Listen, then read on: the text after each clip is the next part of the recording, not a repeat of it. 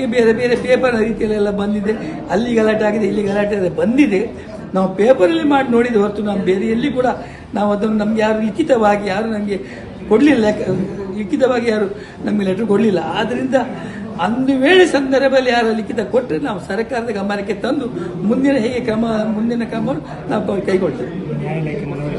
ನ್ಯಾಯಾಲಯಕ್ಕೆ ಮನವರಿಕೆ ಕೂಡ ಮಾಡ್ತೇವೆ ಅದರ ಬಗ್ಗೆ ಎಲ್ಲೂ ಒಟ್ಟು. ಆದರೆ ಯಕ್ಷಗಾನ ಕಲಾಭಿಮಾನಿಗಳು ಸಾವಿರಾರು ವರ್ಷ ಇತಿಹಾಸ ಇರುವ ಈ ಯಕ್ಷಗಾನಕ್ಕೆ ತುಂಬ ಜನ ಕೋಟ್ಯಾಂತರ ಅಭಿಮಾನಿಗಳಿದ್ದಾರೆ. ಅಂಥ ಅಭಿಮಾನಿಗಳೆಲ್ಲ ಒಟ್ಟು ಸೇರಿದರೆ ಇದು ದೊಡ್ಡ ಸಮಸ್ಯೆ ಆಗುವುದಿಲ್ಲ ಅಂತ ನನ್ನ ಅಭಿಮತ.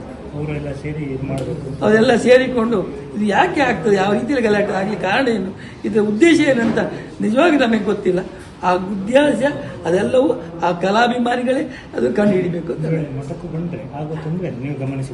ಗೊಂದಲ ಯಕ್ಷಗಾನಕ್ಕೆ ಆ ಕಲೆಗೆ ತೊಂದರೆ ಪೆಟ್ಟು ಬೀಳ್ತದೆ. ಕಲೆ ಅಂತ ಹೇಳಿದ್ರೆ ನೋಡಿ, ಮೊದಲನೇ ಈಗ ಒಂದು 10 ವರ್ಷ ಹಿಂದೆ ಬೆಳಗ್ಗೆಯಿಂದ ಮಧ್ಯಾಹ್ನ ರಾತ್ರಿಯಿಂದ ಬೆಳಗ್ಗೆವರೆಗಿತ್ತು.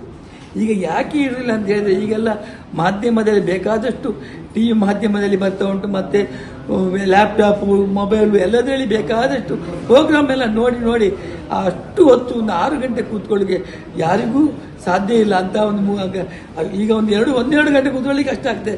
ಸಿನಿಮಾ ನೋಡಲಿಕ್ಕೆ 3 ಗಂಟೆ ಕೂತ್ಕೊಳ್ಳಿಕ್ಕೆ ಕಷ್ಟ ಇರುವಾಗ 6 ಗಂಟೆ ಯಕ್ಷಗಾನ ನೋಡೋದು ತುಂಬ ಕಷ್ಟ. ಅಂಥ ಸಂದರ್ಭದಲ್ಲಿ ಈಗ ನಾವು ಒಂದು ಕಾಲಮಿತಿ ಇಡಲಿಕ್ಕೆ ಕಾರಣವೇ ಅದು. ಒಂದು 8 ಗಂಟೆಯಿಂದ 12 ಗಂಟೆವರೆಗೆ ಸ್ಥಗಿತಗೊಂಡಿದ್ದಾರೆ. ಅದು ಮೊದಲೇ ಮುಗಿಯುತ್ತದೆ. ಹೌದು, ಆದರೆ ಅಲ್ಲಿವರೆಗಾದರೂ ಜನರಿಗೆ ತೊಂದರೆ ಆಗದ ಹಾಗೆ ಆ ಕಲೆ ಉಳಿಲಿಕ್ಕಾಗಿ ಈ ಮಣ್ಣಿನ ಕಲೆ ಉಳಿಸ್ಬೇಕು. ನಿಮ್ಮ ಸಹಕಾರ ನಾನು ಎಲ್ಲರ ಕಲಾಭಿಮಾನಿಗಳಿಗೆ ಕೇಳಿದ ಆ ಮಣ್ಣಿನ ಕಲೆ ಉಳಿಬೇಕು. ದೈವ ಕಲೆ, ದೈವಿಕವಾದ ಕಲೆ, ಆ ಕಲೆ ಅದು ದೇವಸ್ಥಾನದಲ್ಲೆಲ್ಲ ಕಲೆ ಮಾಡಲಿಕ್ಕೆ ಕಾರಣ ಅದೇ. ಎಲ್ಲಿ ಬೆಳಕು ತೋರಿಸ್ತಾರೆ ಬೆಳಿಗ್ಗೆಯಿಂದ ಸಾಯಂಕಾಲವರೆಗೆ, ರಾತ್ರಿಯಿಂದ ಬೆಳಗ್ಗೆವರೆಗೆ ಯಾರು ಬೆಳಕು ತೋರಿಸ್ತಾರೆ ಅವರ ಹರಕೆ ಪೂರ್ಣವಾಗ್ತಂತ ಹಿಂದಿಂದ ಸಾವಿರಾರು ವರ್ಷ ಹಿಂದಲೇ ಬಂದದ್ದು. ಅದು ಉಳಿಸುವ ಜವಾಬ್ದಾರಿ ನಿಮ್ಮದಾಗಿತ್ತು ಅಂತ ಹೇಳಿ ನಾನು 2 ಮಾತು ಮುಗಿಸ್ತೇನೆ.